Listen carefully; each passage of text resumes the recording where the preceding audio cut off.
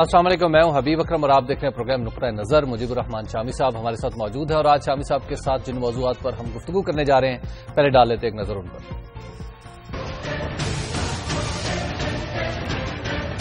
وزیر اعظم کی آصف علی زرداری سے ملاقات کل ہوگی۔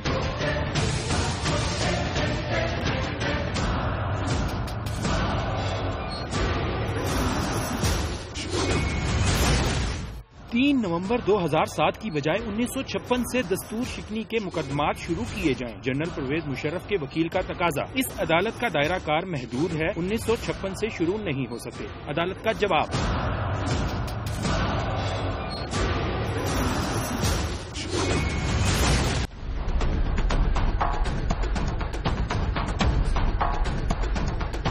سینٹ نے وزیر اعظم کو حاضری کا پابند بنا دیا، اب غیر حاضر ہوئے تو کیا ہوگا؟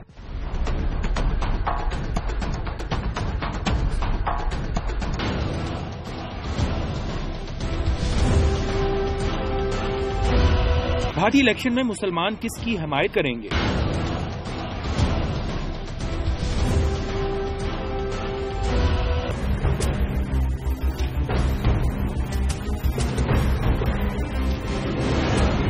بھکر کے آدم خور بھائیوں کے خلاف دہشت گردی ایکٹ کے تحت کارروائی۔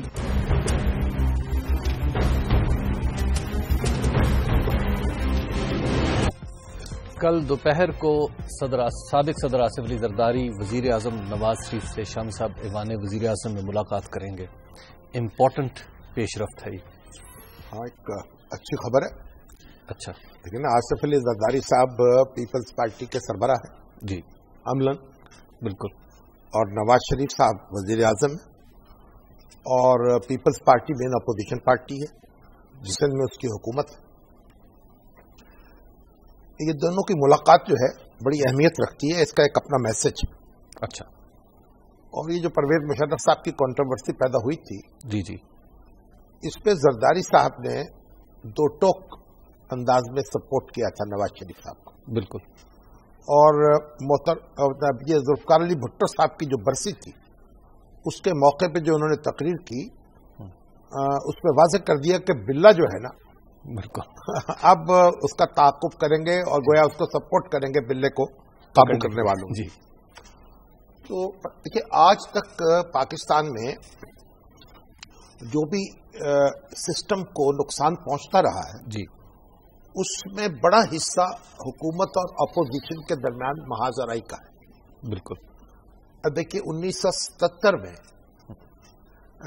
جب ذوالفقار علی بھٹو صاحب کی حکومت کا تختہ الٹا گیا اور جنرل ضیاء الحق جو ہے انہوں نے مارشل لا لگایا، تو جو اس وقت کی اپوزیشن تھی پی این اے، جو پیپلز پارٹی کے مخالفین تھے اور جو مذاکرات کر رہے تھے ان سے باقاعدہ، جی جی، لیکن تلخی اتنی زیادہ تھی کہ وہ انہوں نے ہم ٹھوک کر ساتھ دیا جنرل ضیاء الحق کا، بالکل، اور پورا ملک جو ہے اس میں پی این اے کے جو حامی تھے پاکستان قومی اتحاد کے، انہوں نے حلوے کی دیگیں بانٹی، اتنا حلوہ پکا کہ مارکیٹ سے سوجی، گھی اور چینی ختم ہو گئے۔ اچھا، تو جگہ جگہ حلوہ پک رہا تھا اور بٹ رہا تھا، اتنی مسرت کا اظہار کیا گیا۔ اور پھر بھٹو صاحب کو جب پھانسی دینے کا فیصلہ ہوا اور ان کے خلاف ورڈکٹ آیا سپریم کورٹ کا، تو جنرل ضیاء الحق کے بارے میں آپ کو بتاؤں کہ بھٹو صاحب کو جب تک پھانسی نہیں دے دی گئی، انہوں نے کسی شخص کی رحم کی اپیل جو ہے وہ منظور نہیں کی۔ ٹھیک، جو شخص عدالت جس کو پھانسی دیتی تھی وہ اس کو دستخط کرتے تھے، قبول کر لیتے۔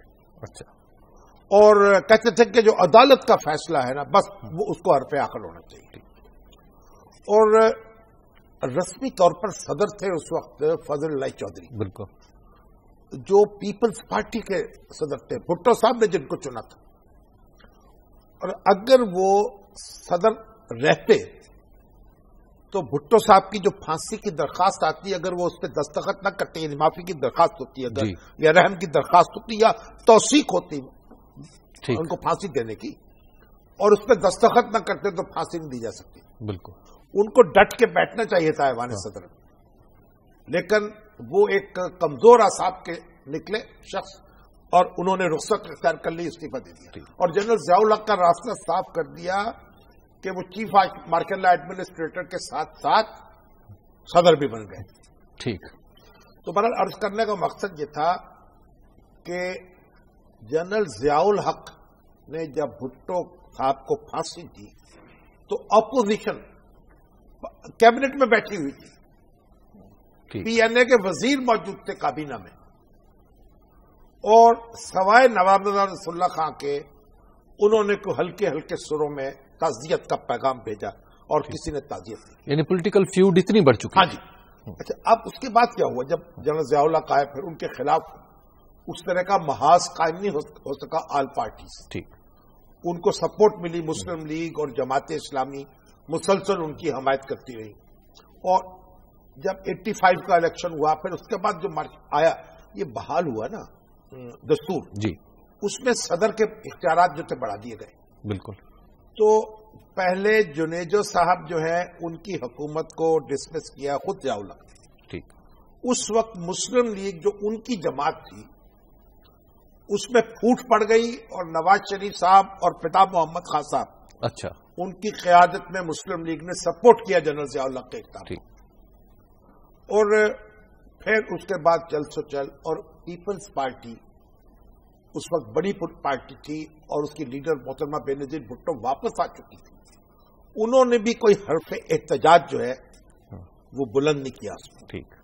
تو پھر اس کے بعد غلام اسحاق خان نے, پھر فاروق لغاری صاحب نے کبھی پیپلز پارٹی کی حکومت کو ڈسمس کر دیا, کبھی نواز شریف صاحب کی حکومت کو ڈسمس کیا, اور یہ دونوں ایک دوسرے ان کو سپورٹ کرتے رہے. ٹھیک. حتیٰ کہ جب جنرل پرویز مشرف کا اقدام ہوا اس وقت بھی پیپلز پارٹی جو تھی وہ اپوزیشن میں تھی, اس پر مقدمے قائم تھے, زرداری صاحب جیل میں تھے, بینظیر بھٹو جو تھی ان کے خلاف مقدمے قائم تھے, اور انہوں نے ایک پیسو سپورٹ کی پرویز مشرف صاحب کی, کوئی احتجاج نہیں کیا.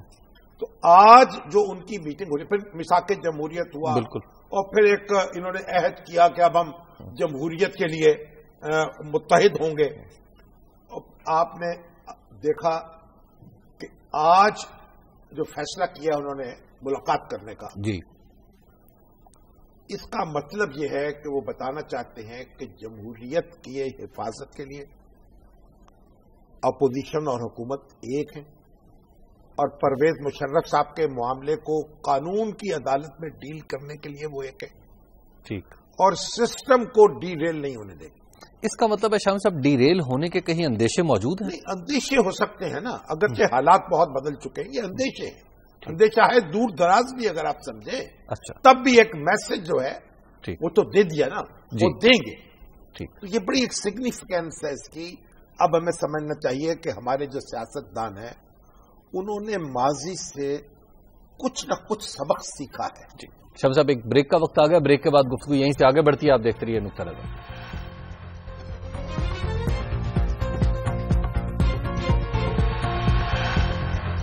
نقطہ نظر میں ایک بار پھر خوش آمدید. بات ہو رہی ہے وزیر اعظم نواز شریف صاحب اور سابق صدر آصف علی زرداری صاحب کی کل جو ملاقات ہونی ہے اس حوالے سے.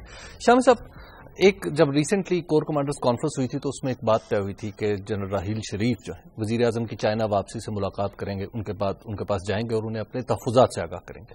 وہ ملاقات بھی نہیں ہوئی, 3 دن ہو گئے ہیں, واپس آئے. ہو جائے گی. سیاست شطرنج کا کھیل ہے. ٹھیک. تو ہر شخص جو ہے اپنی بساط پر مہرے آگے پیچھے کرتا رہتا ہے. اچھا ٹھیک ہے. تو شامی صاحب, ابھی آپ بات کر رہے تھے کہ یہ دونوں متحد ہو گئے ہیں, تو لہذا ایک آمریت متحد ہو کر دکھانا چاہتے. جی اچھا شامی صاحب, اگر ڈیریل کرنے سسٹم کو ڈیریل کرنے والی قوتوں کے پاس کوئی اور آپشن آ جاتا ہے, مثلا کوئی اور پولیٹیکل پارٹی ان کو سپورٹ کرتی ہے, تو پھر مثلا تحریک انصاف ہو سکتی ہے, مثلا جماعت اسلامی ہو سکتی ہے. جی نہیں, جماعت اسلامی تو ابھی میرا خیال سراج الحق صاحب کا بوجھ ہی اٹھا رہی ہے. ٹھیک. جماعت اسلامی کے لیے تو ذرا مشکل ہوگا معاملہ. جی لیکن ہمارے الطاف حسین صاحب جو ہیں, جی, جن کے حامی آج بہت شور مچا رہے تھے, بالکل اس میں سندھ اسمبلی میں, جی جی, اور ان کا ہنگامہ, وہ کہتے تھے کہ ہمارے اوپر یعنی جو ماورائے عدالت قتل ہو رہے ہیں, ہمارے ساتھی جو ہیں ان کو غائب کیا جا رہا ہے.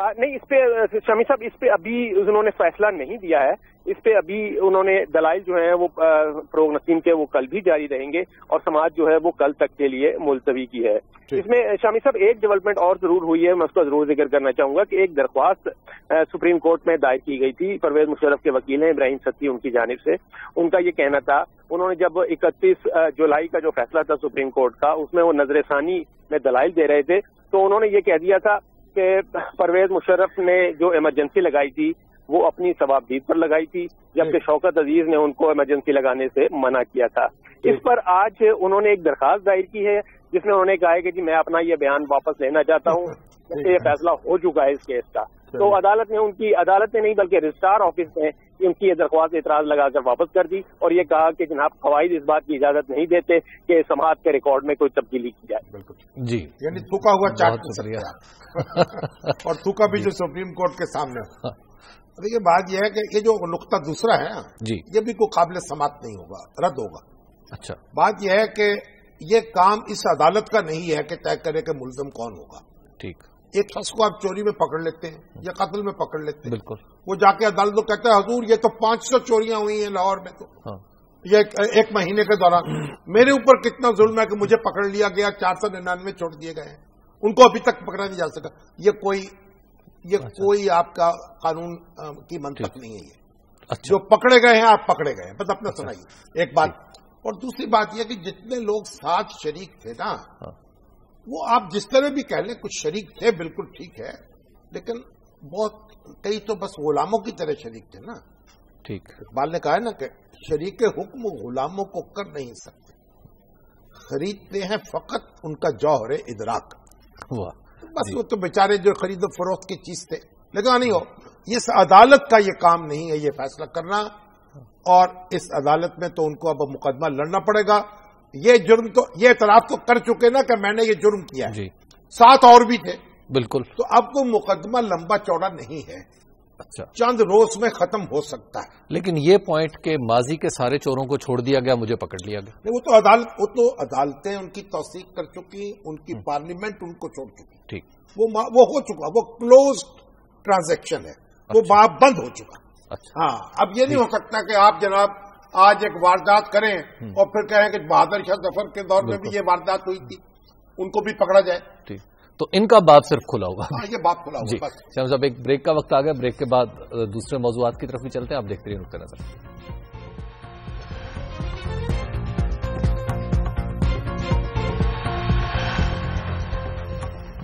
نقطہ نظر میں ایک بار پھر خوش آمدید. شامی صاحب، کل جب ہم پروگرام کر رہے تھے تو سینٹ میں ایک ترمیم پاس ہو رہی تھی جو بائنڈ کر رہی تھی وزیر اعظم کو کہ آپ ہر ہفتے پیش ہوا کریں. سینٹ کے قواعد و ضوابط کی ترمیم کی ہے. ہفتے میں ایک دن جو سوال جواب کا وقفہ ہوتا ہے نا، آور ہوتا ہے، گھنٹہ ہوتا ہے اس کو انہوں نے وزیر اعظم کے نام کر دیا. جی، کہ وزیر اعظم کو اس میں آنا پڑے گا یا ان کے کسی، میں تو یہ بھی دیکھ سکتا نامینیٹڈ وزیر کی بات کی ہے کہ ان کو بھی آنا پڑے یا ان کو بھیج دیا جائے. مگر وزیر اعظم انہوں نے جب سے عہدہ سنبھالا ہے اس وقت سے وہ سینٹ میں نہیں آئے. بالکل. اور یہ بڑی ایک حیرت انگیز بات. اب سینٹ میں اس وقت میجورٹی ہے اپوزیشن کی. بالکل. یعنی مسلم لیگ نون منورٹی میں ہے اور پیپلز پارٹی اور MQM وہاں سب مل کے ان کا ایک اکٹھ. تو اب پیپلز پارٹی جو چاہتی ہے، یہ جو اپوزیشن کی پارٹی جو MQM مل کے، وہ وہاں سے پاس ہو سکتا.